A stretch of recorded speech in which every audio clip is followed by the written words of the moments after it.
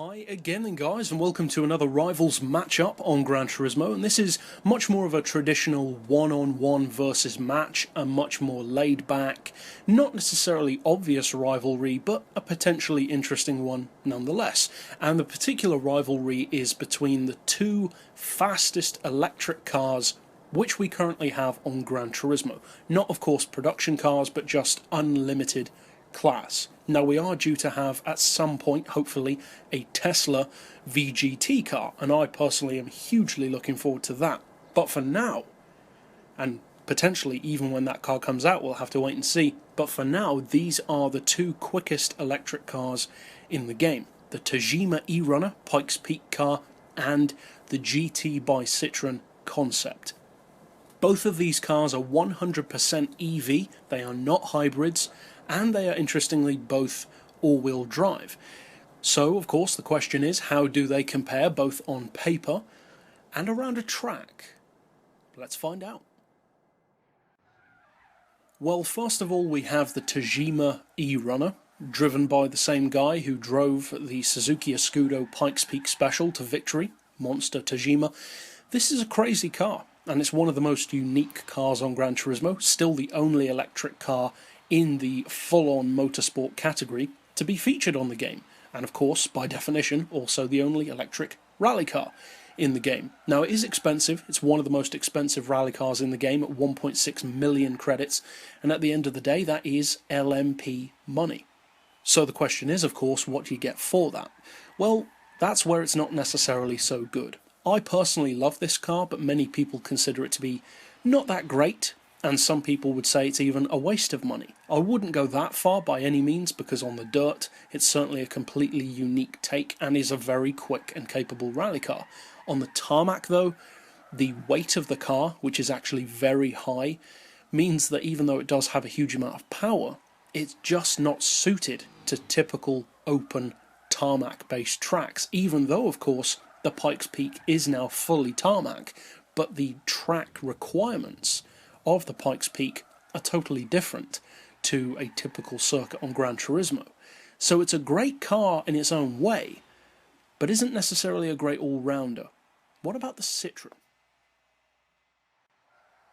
Well, the GT by Citroen in comparison is a totally different machine. It is technically a supercar concept, but it actually performs in a very similar way to a full-on race car, something like a Le Mans GT hybrid. And it's actually a remarkably good car. It does have tricky steering, and that goes for the traditional V8 engine version on the game as well, but if you tune it correctly, it can fly around the track, and that's appropriate because the PP on both of these vehicles, but in particular with the Citroen, is really high. 682 is extremely high for any car, let alone an electric one. Now, the fact that it can do over 60 miles per hour more in a straight line than the Tajima gives it a big advantage.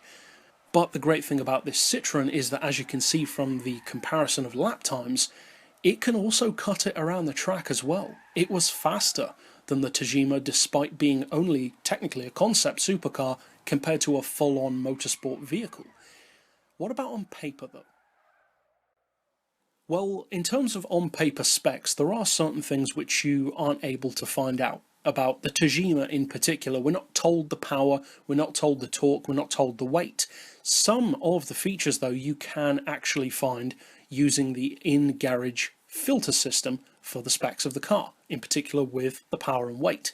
And I did manage to find out the power and weight of this car, at least on the game. It has 887 horsepower and weighs a pretty hefty 1640 kilos, which is very heavy. It is one of the heaviest cars in the game. But how do they actually compare, and at least for on-paper points, purely for the fun of it? Which one comes out on top?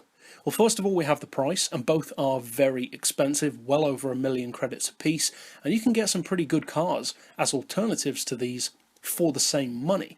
But with cars like this, that's not really the point. Electric cars aren't necessarily better than traditional piston vehicles in every way, although in some ways they are. At the moment, these vehicles are still more of a niche, but I actually really like them for that niche. I like the fact that they're different. In terms of price though, the Citroen does clearly win by a decent enough margin. As far as engine capacity, well, of course, they're both electric motors, so they don't have any traditional engine size in that way, so we're going to give them both a point. Why not? It's basically the same as giving neither of them a point, so yeah, hand out some points. As far as the PP level, they're both very high, perhaps a little bit too high for their own good, in fact. Definitely, in the case of the Tajima, it should be probably at least 30 or 40 PP points lower. Unfortunately, both cars kind of suffer from what I call the Red Bull Junior syndrome, where they're just not competitive enough for the PP level which they've been given.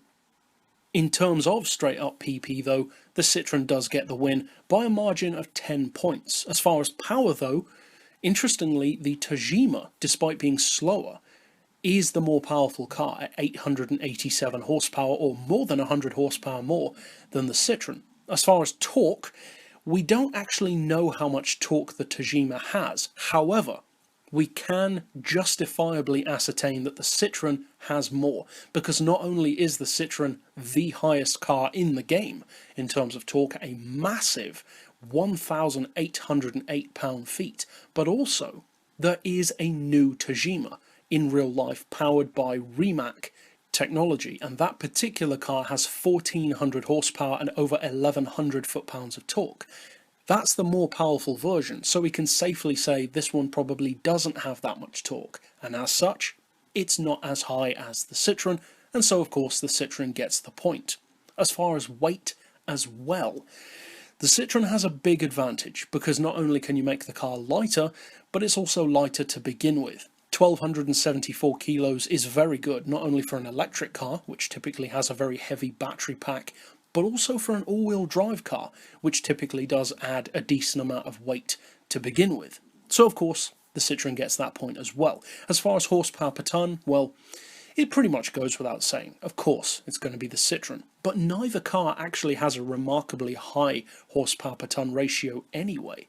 There are plenty of other vehicles, supercars, race cars being the main ones, that are higher.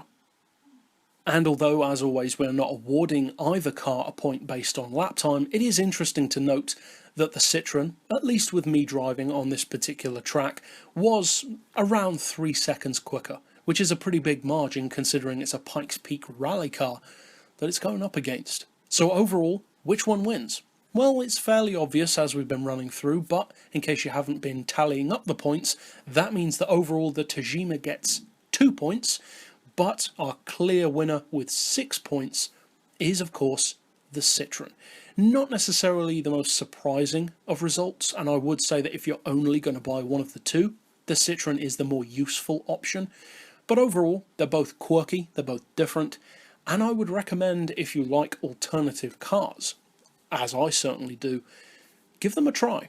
But that's it overall for this particular Rivals battle, and I'll see you guys next time. But for now, as always, thanks for watching.